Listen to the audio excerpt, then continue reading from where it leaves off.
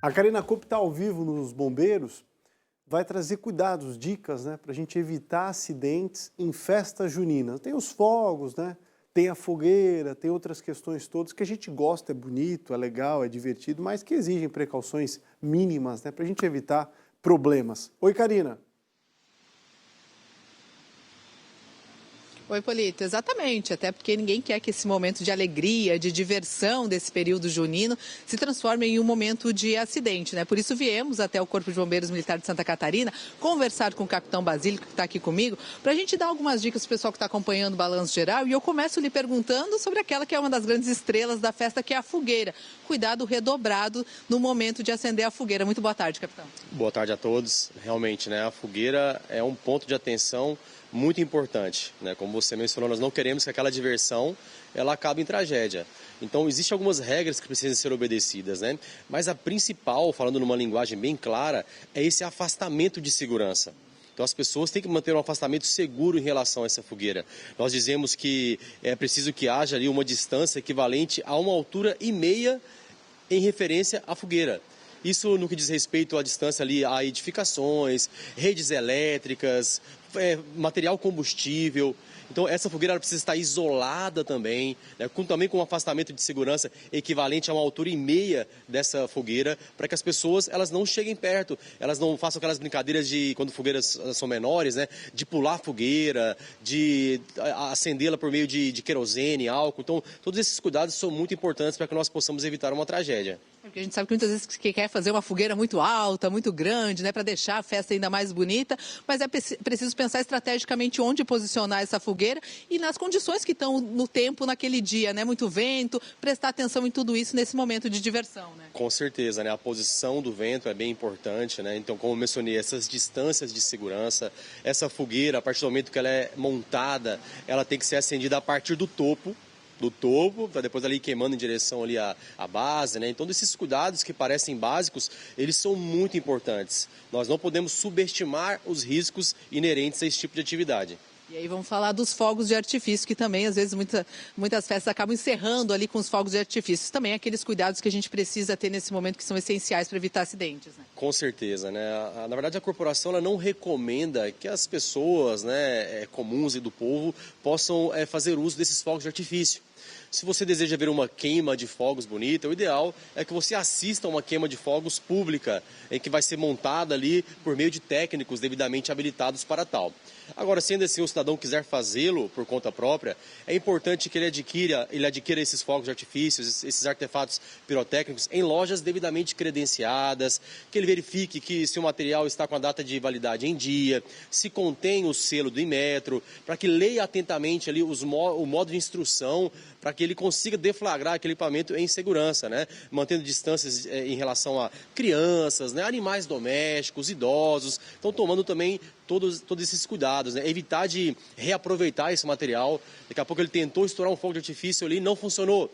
Ah, não, depois a gente reaproveita. Isso é extremamente perigoso. Você tem que colocar aquilo num galão, né? Para mergulhar, para que ele não possa reignitar, não possa voltar a funcionar e colocar em risco as pessoas. Então, acho que outro detalhe importante também é com relação às barraquinhas. Vamos montar as barraquinhas, aí puxa o botijão de gás para acender um fogareiro, a eletricidade vai emendando uma extensão na outra, e aí a gente precisa tomar também muita atenção com relação a isso. Com certeza, é muito pertinente, porque nesse período de festas juninas nós temos as comidas típicas, né, que são maravilhosas, mas todo o cuidado também é necessário para que isso aconteça de maneira bem tranquila, bem harmoniosa, né? Então, o maior problema são as instalações elétricas, muitas vezes precárias. E essas instalações próximas a materiais combustíveis, tecidos, materiais de decoração, ou uma sobrecarga naquele dispositivo que a gente conhece como o T, né?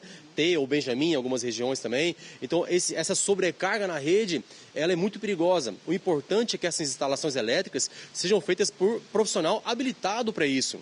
Sobretudo quando envolver também som, iluminação. Então, esses materiais que terão uma demanda energética maior exigem a participação desse profissional devidamente habilitado. Aqui na nossa região não é tão comum, mas sim acontece. Balões são muito comuns nessa época de festa junina, né? E os balões, né? Para começar, soltar balões é crime ambiental, né? Então, isso é vedado, não é recomendado de forma alguma. um risco ele é muito grande de provocar incêndios, seja em áreas urbanas, seja em áreas florestais, né, em áreas de vegetação. Então é uma conduta completamente abominável, né, e configura crime ambiental. Então o Corpo de Bombeiros Militar não recomenda de forma alguma a soltura de balões.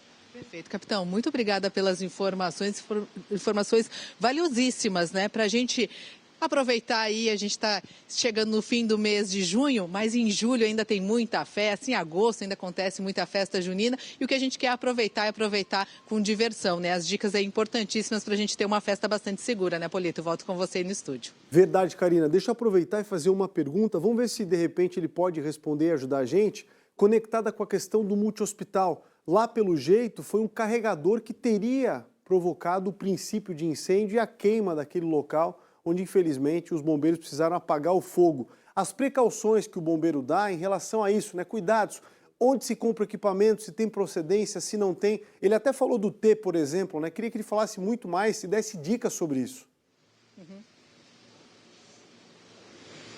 Capitão, vou aproveitar a sua participação aqui no Balanço Geral. Hoje nós tivemos lá no multi-hospital, lá no sul da ilha, um incêndio que teria começado num carregador de celular. O Polito está perguntando que dicas o senhor traz com relação a isso. A gente sabe que, né, muita gente acaba deixando ali o carregador na tomada, usando o celular durante o carregamento. Que dicas os bombeiros trazem com relação ao uso do carregador de celular?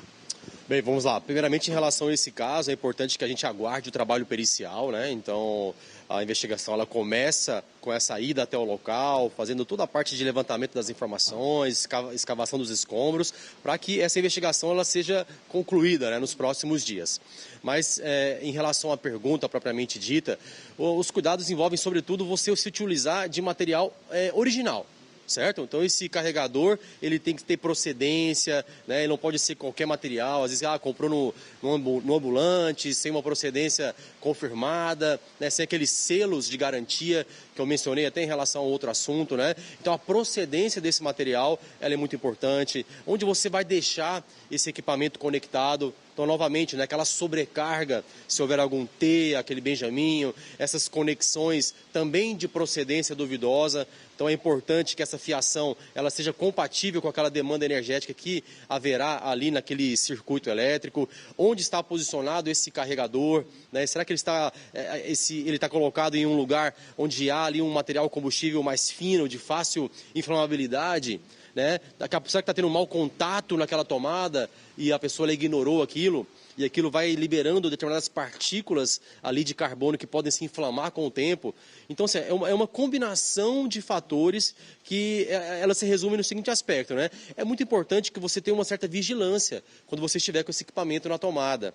Então, não deixar ali, dormir, não é recomendado, né? Deixar ali, sair de casa. Então, é importante que você, de uma forma ou outra, consiga monitorar aquele equipamento que ali se encontra conectado ao circuito elétrico. Perfeito, capitão. Muito obrigada pelas informações. Acho que super respondido, né, Polito?